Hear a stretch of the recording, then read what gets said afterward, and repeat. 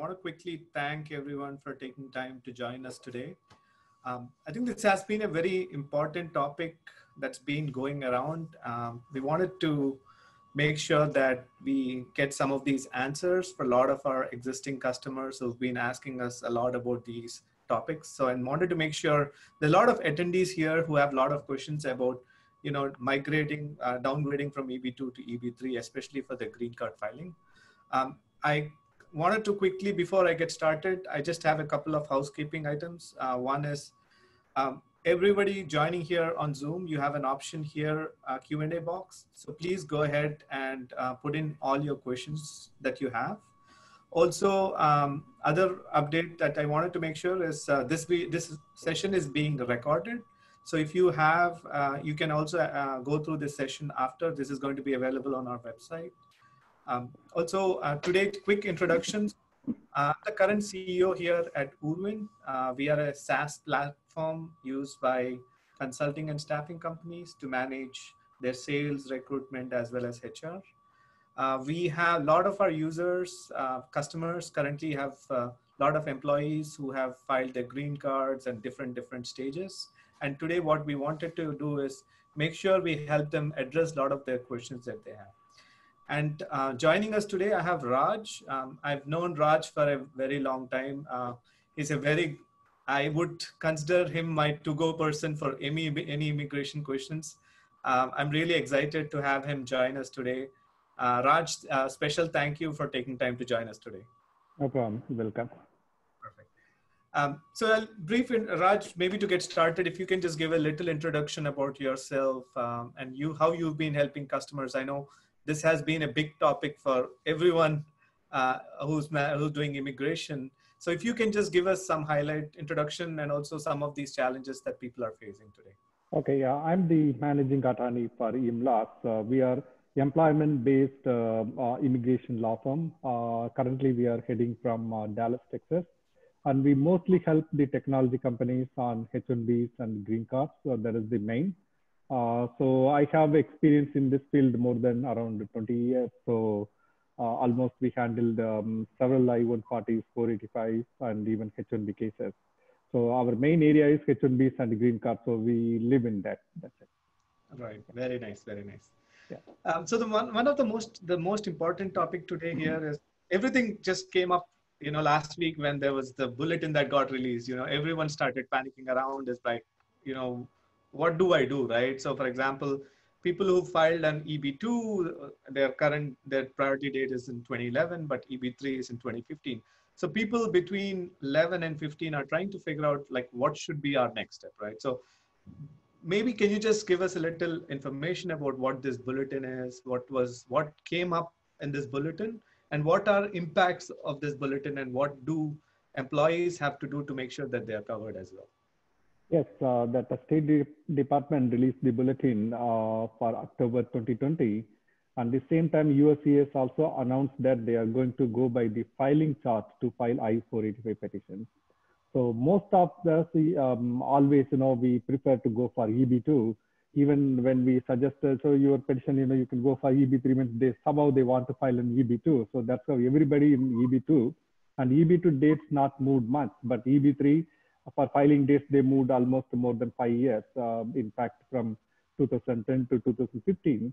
So many now we have a dilemma whether we can downgrade to EB3 and file 485, at least to take advantage of filing 485, because a lot of people waiting for more than 10-15 years since I believe since 2008.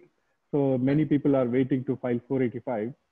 So here now they are trying to get an opportunity to file I-485 based on I-140 petition, on filing an I-140 petition under EB3 by using the same labor. That's what they are calling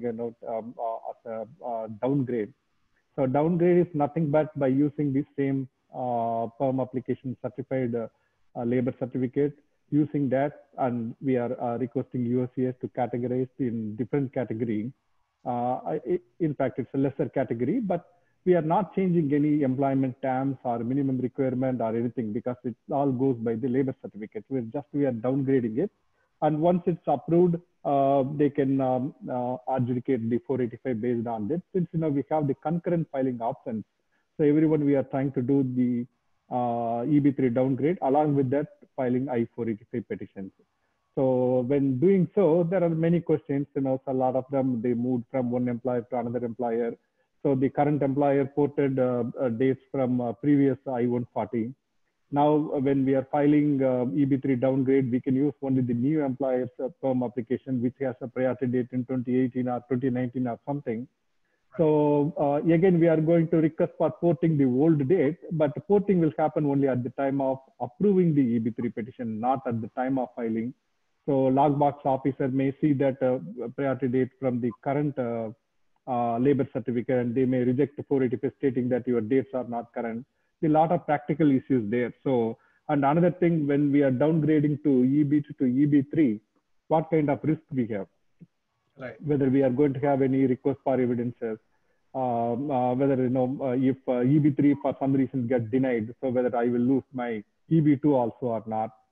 So this is all the practical things, so before they are downgrading to EB2 from EB2 to EB3, they have to evaluate their case, whether they are going to, because the standard also changed. So when they are filing EB2 petition in 2012, 2013, 2014 and all, it was a little different, that down the line in the last 6-7 years, there are a lot of changes in processing. So even for example, earlier days, we used to get EB2 approval with a 3-year degree, with 1 diploma, combined degree, all those things. But nowadays we cannot get it.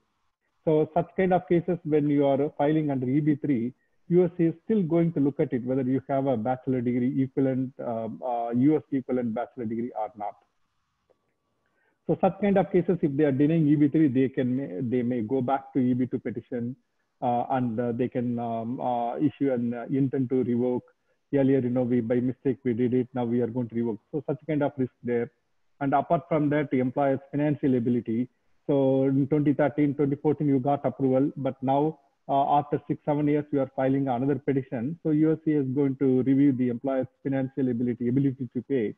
So let's say they are showing loss, or you are not working for them 2-3 years in between, and you came back again. Such cases and all, showing ability to pay is going to be a problem too. So these kind of risk. And another thing, some of the employees I-140 got withdrawn by the same employer, and now you want to go back to them and refile it. So there is a question whether there is a genuine offer still exists or not. The bona fide employment request for evidence, it can come. So after spending all this $10,000 into the filing fee, attorney fee, all those things, if you get EB3 get denied, you are going to lose everything. So before doing it, some people, they want to just file it in October 1st itself. So even some people, they don't have support from the employer, whether I can do myself, all those questions there. So this is all case by case. They have to work with the attorney to see that whether really they have a good case to file it. Let's say you are working for one employer, got that EB2 and continuously working for them, and now you are downgrading, no issues in employment so far, no break or kind of, you have a good chance, to get EB3 approval, whatever. But if you are going back, and you have to evaluate your case, first of all. Otherwise, you will be having some issue in EB3 petition, and later EB2 also can be revoked. So it's all up to officers, so they can revisit the previous approval. Right. Apart from that, when they are filing I-485 concurrently, so they have many questions whether I can file this EB3 petition in premium process or not. So or otherwise they can file when they are filing I-485 and 140 together. It is a premium process available, or how they can file, what kind of documentation they need when they are submitting, whether they need support from the employers or not. So this is all the questions also coming in. So first of all, the EB2 to EB3 petition, if they are filing under premium process, so they cannot file concurrently. So premium process, if you are filing, they have to file I-140 petition separately. Then after getting approval or after getting the receipt notice, they can file concurrently, or after approval, they can file the 485. So, but in this cases, EB3, when they are downgrading, so we are requesting USCIS to use a labor certificate from another file. And first they have to take that labor certificate from one file to another file, then they have to adjudicate. So here what is happening, USCS cannot a lot of time collect that labor certificate from other file within 15 days so that they're not upgrading to premium process. So in such cases and all, we try few times after a few months upgrading to premium process. By the time labor certificate transferred to this file, they will accept it. So kind of, we do trial and every 2-3 months we send it. At one point at time, they already exported, then they do it. So that premium process is not available at the time of filing. So anyway, since you want to file I-140, 485 together, so you cannot file in premium process. You have to just file in a regular because you are going to mail the petitions where they are receiving 485 petitions. So once they receive it, once they issue the receipt probably this time, since a lot of filing we are doing, is going to take almost, I can say that 1.5 to 3 months to just get a receipt notice. So once you have receipt notice, you can go for I-140 premium process. You can try. If labor certificate by the time it's moved, they can do that. But I don't think they are going to move the labor certificate because of the volume of cases. And also the cases going to be in 485 unit or wherever they are processing. It may even go to National Benefit Center in St. Louis. A lot of the centers they can move it. We have to wait and see how they are doing it. Apart from that, in 485 filing, several people they are questioning about whether we need a medical exam, physician's report right away. And also birth certificate questions. So my name is wrong, what to do? So this is all common questions. So that area we are going to open for some questions so that we can address during that time. Sure. So thanks, Raj. Thanks for giving us a brief overview of a lot of these problems and challenges that you are seeing. I'm sure you're getting a lot of questions from consultants on what about each case has been different, right? Yes. What we wanted to do today is we wanted to make this more of a Q&A session. So I would highly recommend all our attendees to go ahead. There is a Q&A section there on the webinar. You can just go ahead and put your questions in there and Raj can help you answer those. At the same time, whoever is watching us on LinkedIn Live, you can put your put your questions in the comment section and we'll make sure we address that as well here, right? So Raj, maybe to get started, this has been a big topic for everyone, right? Everyone's talking about, I'm on EB2, do I downgrade to EB3? So if we have to get a fair, simple answer, do we do it? Yes or no? Can you just give us your simple answer on whether we should downgrade right now? Is this a good idea or to not do it? It's all depending on individual need. First of all, if they need an employment card, whatever that EAD card, so for spouses employment, whatever, they definitely they can use this chance, they can downgrade to EB3. And again, they want to evaluate their petition, whether it is approval or whatever, then they can file I-485 and get advantage of the EAD cards and all. But anyhow, I would suggest to maintain H-1B concurrently all the way until they get the green card, or at least that EB3 petition, if approved, then maybe you can consider switching jobs or whatever. But until then, continue on H-1B status. Very good. So they can file it, but again they have to see that their need, whether they want to downgrade or they want to wait for, let's say they have a priority date in 2011 in EB2, 6 months away. Such cases and all, they can wait and see the following month's bulletin. So whether it is moving forward or it is they're stopping somewhere.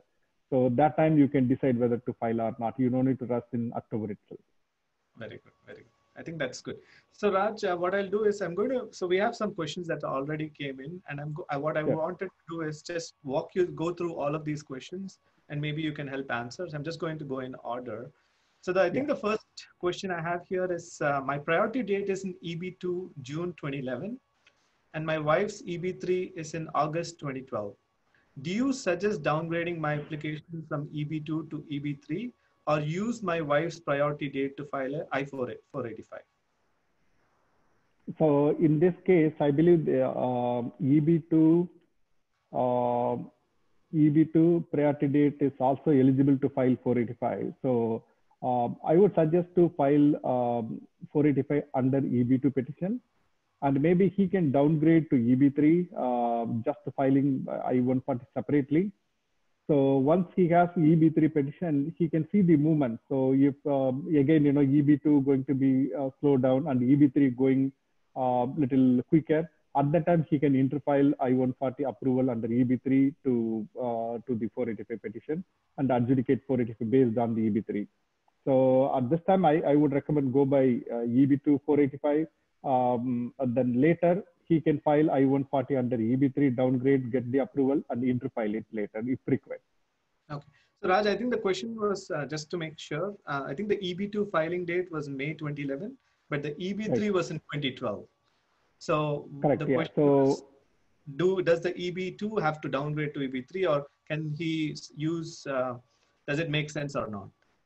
Yeah, that one, they can see that any petition can be downgraded, either spouse or principal applicants or husbands or wives, whatever. Any one of the petition they can downgrade, and right. Maybe I can suggest that the latest priority date they can downgrade and apply for 485.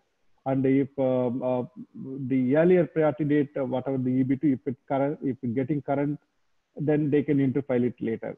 So let's say that they have 2011 one priority date, 2014 one priority date, they can downgrade the 2014 application to 2011 EB2 application. Right. Okay, makes sense. So I'm just going to move on to the next question we have here.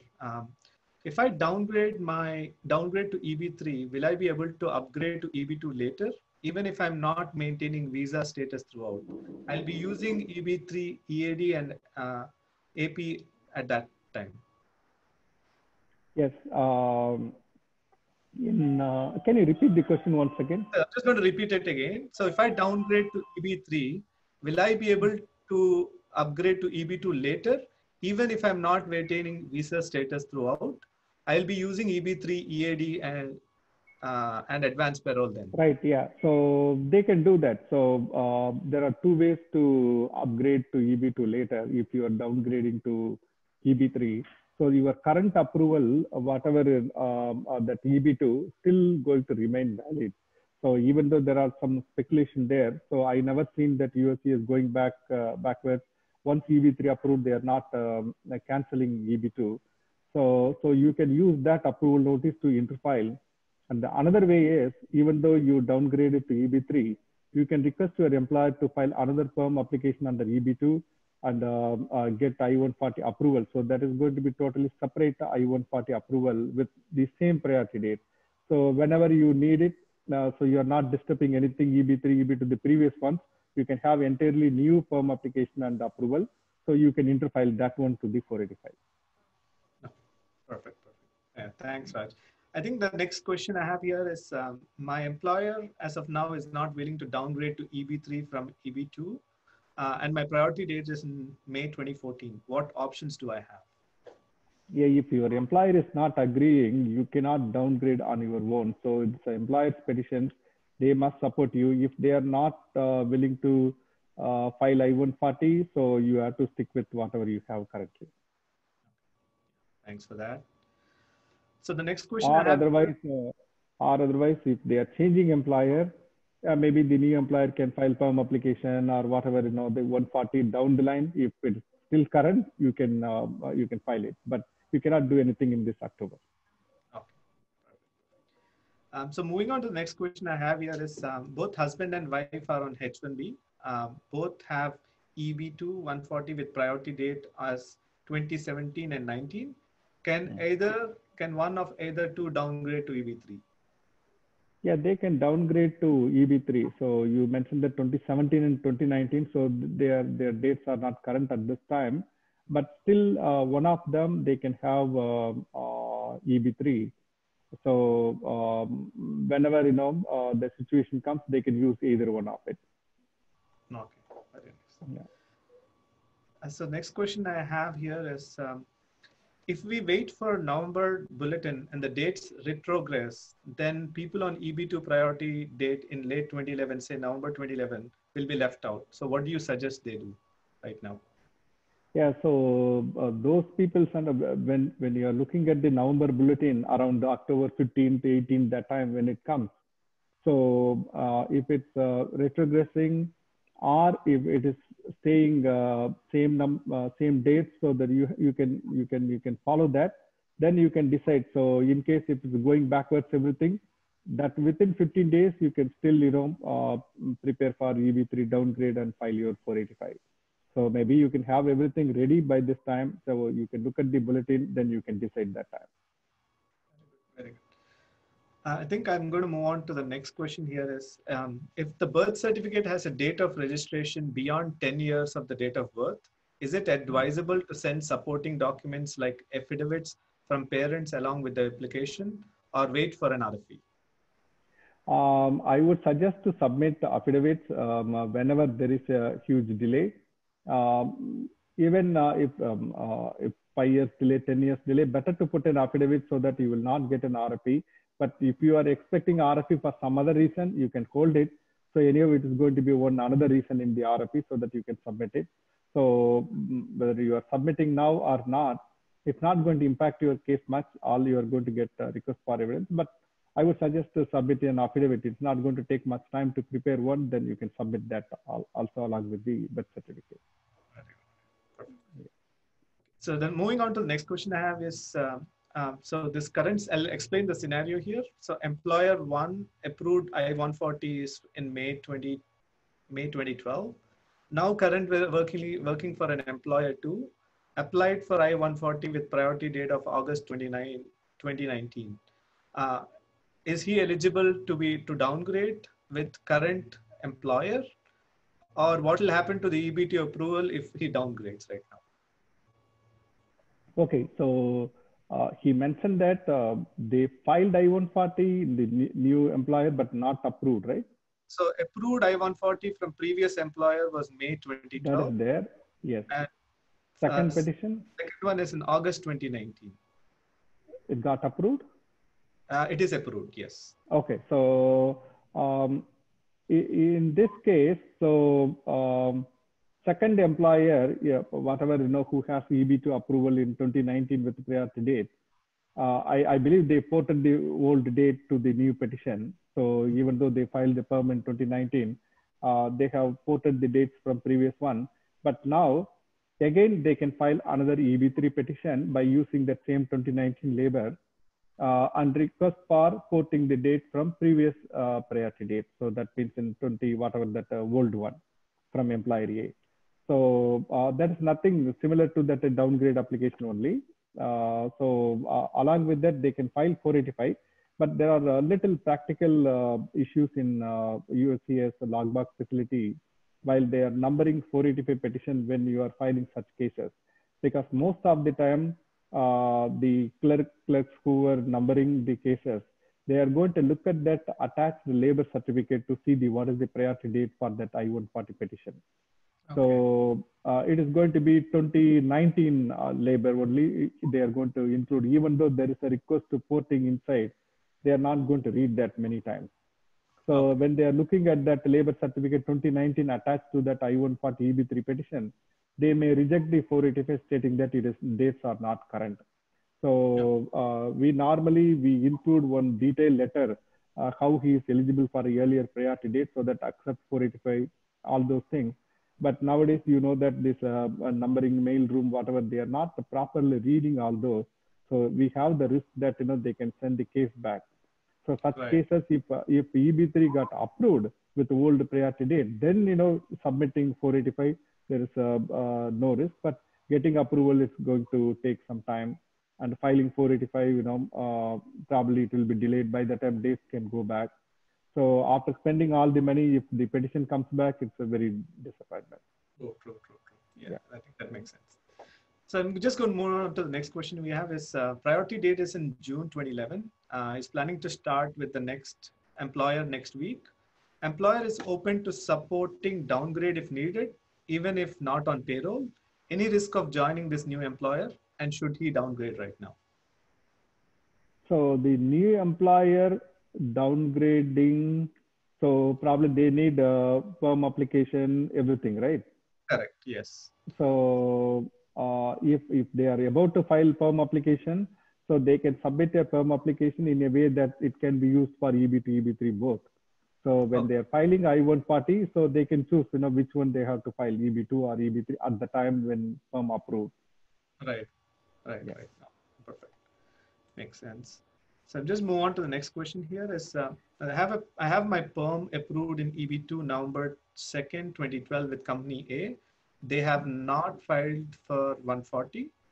I'm with a company C last 1 year. Green card has not started. Expecting November, December bulletin to advance for one year, 11 to 12. Can I have I-140 and 485 concurrently filed? Or should I go back to company A, or any other options do I have?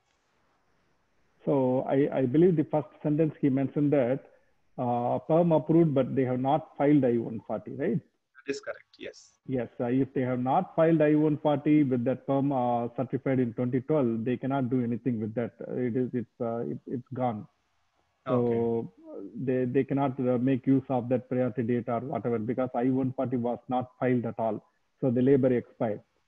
Right, so all he has to stick with whatever the new perm and whatever he's going to do. Okay, makes sense. So you can port the dates only from approved I-140s. Okay, yeah. Right, perfect. So I'm just moving on to the next question here is, I have my EB2 with my previous employer. If it is okay, can I file EB3 through my current employer? Is it considered to be a downgrade?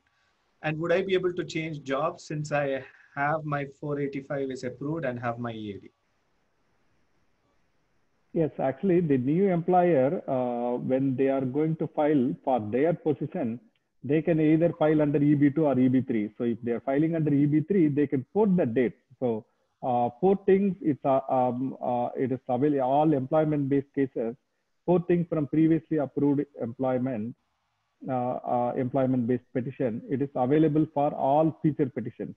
So if previously you have EB2, if your current employer filing EB3, still they can put the date to the EB3 petition.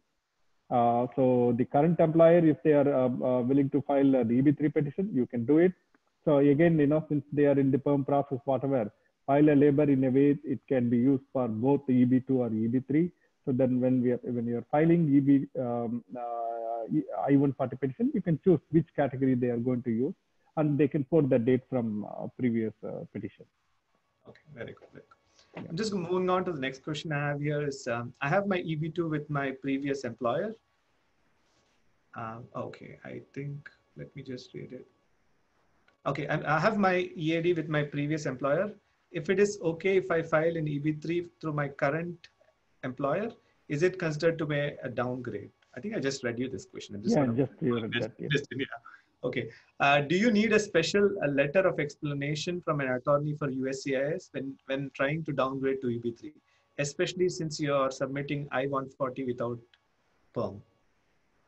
Yeah, without perm, when we are submitting in I-140 petition itself, there is a checkbox. So are you requesting USCIS to pull ETA from another file? So that checkbox itself more than enough. You don't need a separate letter or something. So the letters and all, most of the time they don't read it. So they put it in the behind in the package. So that is the reason now we have the checkbox. In the checkbox, we are going to ask that the labor certificate already available with the USCIS. So that's how they are going to pull that labor certificate. And other checkbox is in which category we are filing. If we are selecting EB3, they are going to process the petition under EB3. Right. So you don't need a separate explanation from attorney or whatever. So all with the checkbox itself, they know that what category we are applying, from where they have to pull the labor certificate. Very good. Thanks for that. I think I'm going to move on to the next question. Is my priority data is on EB2 June 6, 2015 with an approved I-140. Shall I downgrade to EB3? And so I think his question is, now the dates moved until January 2015. So he's little behind. So yes, you can, that's what you can watch the next month bulletin and all, how it is moving. If it's continuing, probably you can, I would suggest not to downgrade your EB2 at this time. but you can request your employer to file another perm labor and EB3 so that you can have two of them are valid all the time. So since your dates are not current, maybe you can have simultaneously another EB3 petition available so that you can in the future if it moves you can use either of one. Okay, very good. So I'm just moving on to the next question here is, what reasons can we say to downgrade EB2 to EB3? No need to give any reason. So we do many EB3 downgrades. We don't need to give any reasons for that. So the minimum requirements, education requirement, experience requirement, everything same. So USC is not expecting a reason to downgrade it. Okay, very nice. And so I'm just going to move on to the next question here. My priority date is in June 2011. I'm planning to, I think this, we already covered this. I'm just going to move on to the next question. Okay. I have a work experience of around 14 years in the same domain as a green card EB2 has been filed. If I downgrade application from EB2 to EB3, is the master's degree information still included in the application to downgrade? If yes, what is the reason?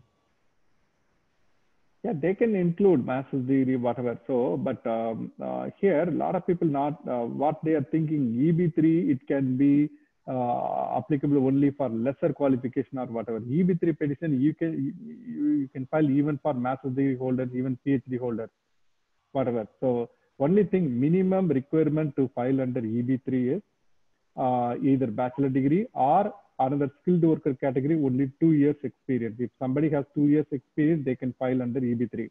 So in your case, you have 15 years experience.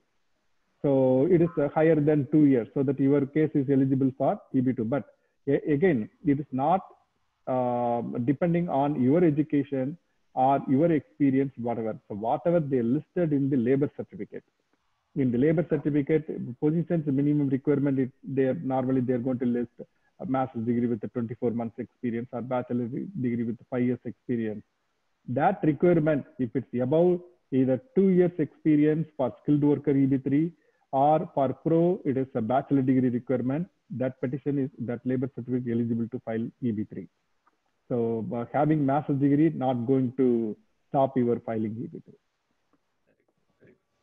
So I'm just moving on to the next question I have here is, I have recently started with a new company this month and yet to start perm. My EB2 priority date is July 2011. My old employer is ready to downgrade. Can I downgrade without joining the old employer's payroll? Any ability to pay risk? The ability to pay risk is always there. You have to see not only for your petition, if that employer filed already 30 petitions, and I-485 not approved yet, they have to show the ability to pay for all the petitions. So including your petition. So it's not just they have to show only your part.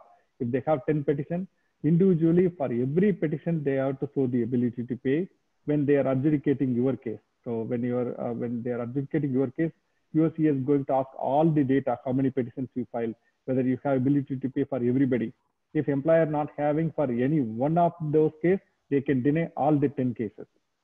Okay. So ability to pay, it's a really must, since you are not working with them. We are not sure how big the company, how their financials are, they are showing in tax return. So that's what matters. So it has to be, again, not only tax return, you have to see that how many petitions they filed, how many petitions is pending, how many petitions they are filing. Like your case, so employees coming back and filing, this all matter. Very good, very good. I think moving on to the next question I have is, once I get my EAD, do I need to stay with my current, with the same employer, or is it safe to switch jobs? If yes, does my new employer need to file for new H-1B and green card? Yeah, if you want to maintain H-1B status, the employer has to file H-1B petition. But once you have filed 485, and if you have EAD, so you can continue on EAD also. So, but AC-21 portability, you can use only after filing 180 days after filing 485. So you cannot do anything, even if you get in 4 months EAD, you cannot change employer and continue 485. You have to wait until 180 days, then you can do it. That time also USCA is going to see that whether your I-140 already approved or at the time of filing it is approvable. So let's say after 8 months your I-140 is still pending, but you change the job, and the officer going to look at it when the petitioner filed the petition, whether it is approvable petition. If it is a deniable, you are going to lose everything. Oh, very nice. I think I'm going to move on to the next question I have here. Is my priority date is in EB2 November 2010. If I file 485 in EB2 and later on I see EB3 is moving faster, can I reapply for my I-140 and downgrade 485? Yeah, you can do that. So that is possible. Very nice. So also I have a few other questions here. Wanted to, when, okay, I'm just going to read it out. Both my wife and I have approved EB2. I have EB2 approved I-140s with December 2012 and May 2013 with different employers. Could you recommend on how, on who should consider downgrading, and should it be amended I-140 or new 140 with the same perm? 1 second, actually, can you hear me? Yes. Hello? Right. Yes, I can. have some trouble in that mic holder, and I will change to another headphone. Sure. Can you hear me now? Yes. Okay, so can you repeat, please? Yes, I can. So both my wife and I have an EB2 approved I-140s with December 2012 and May 2013, respectively. Could you please recommend on who should consider downgrading, and should it be an amended I-140 or new 140 with the same perm? Okay, so I would say that whoever has earlier EB2 priority date, not to do anything. So whoever has a later EB2 petition, so they can downgrade to EB3 and file the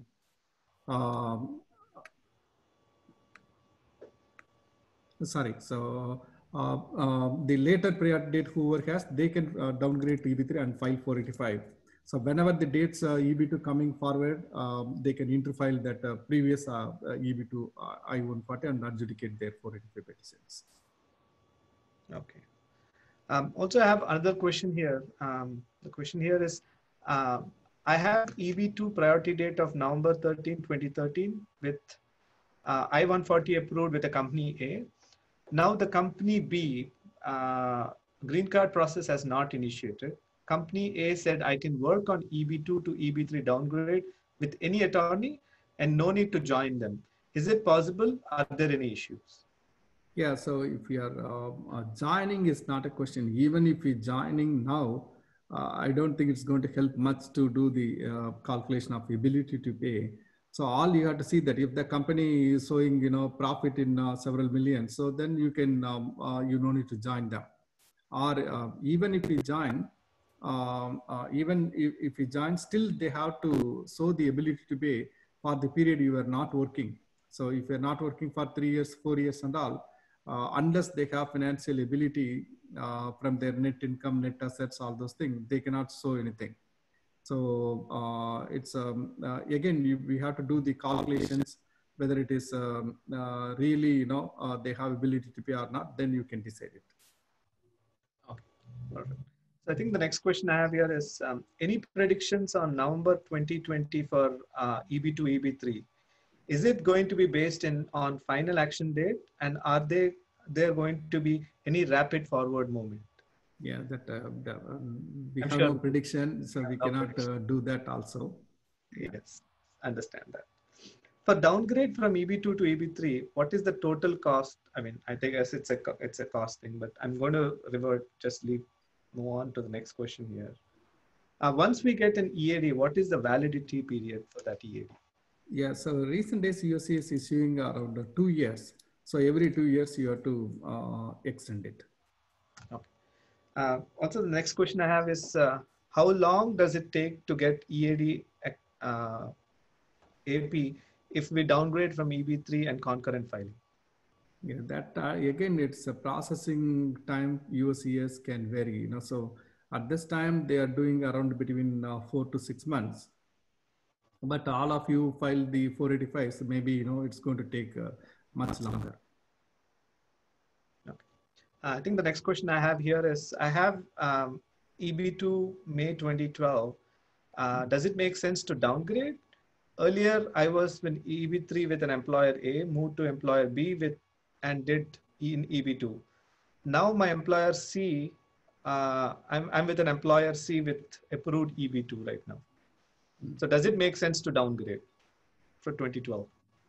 Yeah, 2012, that's what, again, as we answered previous questions, he can wait and see the movements for Right. November, December, or whatever, then he can decide. So it's all his individual needs, how he has to make determination whether to file under EB3 or not. Right. But he can see the next month's bulletins and following months, then he can decide it. Sure. I think the next question I have here is, what additional documents I need to provide as I'm filing 485 and with the previous employer, and I'm not currently on their payroll. Do I need to provide any offer letter, supplement J, from my current employer too? Now, you no need to submit from current employer. You have to submit only the employer who filed I-140, which you are using for filing 485. So they are the one, they have to confirm the confirmation of offer in the I-485J. Okay. Also, the next question I have is, what are the chances of getting an RFE filing 485 with my ex-employer while working for a different employer? So, so if their dates are current already, so you're not filing EB3 with them, just, it's already, you have an approved petition by which you can file I-485. All you need I-485J at this time. So RFEs and all, definitely it is going to take more than 180 days. Once you filed your 485, if 180 days crossed, even you can file 485J later from the current employer and you can continue your green card. So if you are filing EB2 to EB3 downgrade with them, then again you will come across all the ability to pay, all those issues. Okay. I have another question here is, I'm single and planning to file 485 next month. If I get married later, if I use AC21 and move to EAD, can I add my spouse later?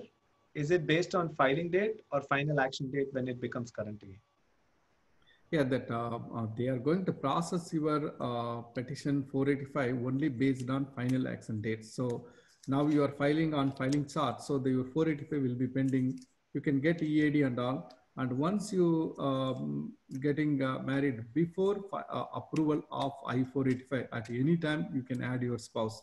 But you can add your spouse again whenever your dates either filing or final action is current. Then whatever the based on that USC is accepting, you can file your 485. Let's say if it's retrogressed and you are getting married after 6 months, he has to wait on his own status to file 485 when it has become current later. Okay. So the next question I have here is, my priority date for my green card application is EB2 in June 2015. Would you recommend downgrading to EB3? My spouse has an approved I-140 with 2019 priority date. Yeah, I think we addressed this question previously. Again, someone asked. So I guess. Yeah, I think same dates they asked. Yes. Good. So I think we have few more questions here. I know it's okay. So next question I have is, while our EAD AP and having EAD AP and downgrade EB2 to EB3 is in progress, if EB2 dates move faster, can we interfile during this stage, or do we have to wait till USCIS makes addition? Yeah, you can interfile if you are interfiling everything in your I-485 petition only. So if your 485 is pending, you can interfile at any time, even with the previous 140 is pending, and you can use the approved one to interfile into your 485 application. Okay. So I have another question here. It says, my date of birth is incorrect in my birth certificate. What are my alternative options to file 485? Can I get affidavit from parents with the current date and file 485, and need to correct the date in my original birth certificate before filing I-485? Yeah, actually, you can file I-485 and you no need to submit birth certificate, but you cannot use a birth certificate which has a wrong date. So if it's a wrong date means they are not going to accept it. So you have to correct it from the authorities. Okay. Yeah. So I think the next question I have here is my priority date is EB2 2014, Feb with an employer A. Right now I'm with employer B in India. I am in India since 2 years. What is the process of claiming that priority date? Yeah, to claim the priority date, as long as any new employer filing I-140, the PERM and I-140, at that time they can port it. But if you are in India, you cannot submit your 485 because you have to be here on non-immigrant status to file your 485 based on those dates or whatever. But if you're in India, still the employer can file an I-140 petition, either EB2 or EB3. But again, they have to show the ability to pay all those. Very good, very good. Good. So I think I have covered most of these. I know that people have few more questions just coming up. We have another 10 minutes, but I wanted to quickly just check and make sure, if people have more questions to go ahead and submit it here. Actually, there's one more question. Let me just probably take this here. I think that one other question I have here is my employer is not ready to downgrade from EB2 to EB3, and my priority date is in 2014 Jan. What are my options? Can you read that out once again, Sure. please? My employer is not ready to downgrade EB2 to EB3, and my priority date is 2014 Jan. What are my options? Yeah, there is no other option. If your employer is not doing the EB3 petition, so you can't do anything in this October. You have to, maybe you can ask your current employer or whatever to file PERM under EB3, get EB3 approval. Then you can see your luck whether the date's going to stay or not. But at this time, if your employer not supporting, you cannot do. Right. Yeah, that makes sense. Good. So again, what I wanted to do is perfect. I think Raj, this has been really helpful. You have given us a lot of very nice insights. These insights do help us a lot. But overall, from the big change with October Bulletin has been, everyone has been talking about this question from EB2 to EB3. Like you said, I think it's all case by case basis. And ideally, I would recommend everyone here to reach out to an attorney before they make any decision, whether it is right or wrong. I'm sure we are all discussing this. There's a lot of information flowing around us. So let us make sure we reach out to an attorney just to make sure we do it the right way, right? So again, I want to thank you, Raj, for taking time to join us here. We hope this is really helpful for our existing customers, as well as our users, as well as people who are trying to join here to know a little more about their case. So if you have more questions, please feel free to reach out to Raj. He's available to answer any questions that you may have. And we again, thanks everyone for taking time to join us. Again, Raj, thank you for joining here. We really appreciate it. And I look forward to talk to you pretty soon as well. Definitely. Thank you. Thanks, Raj. Thanks, everyone. Thank you. Bye. Thanks.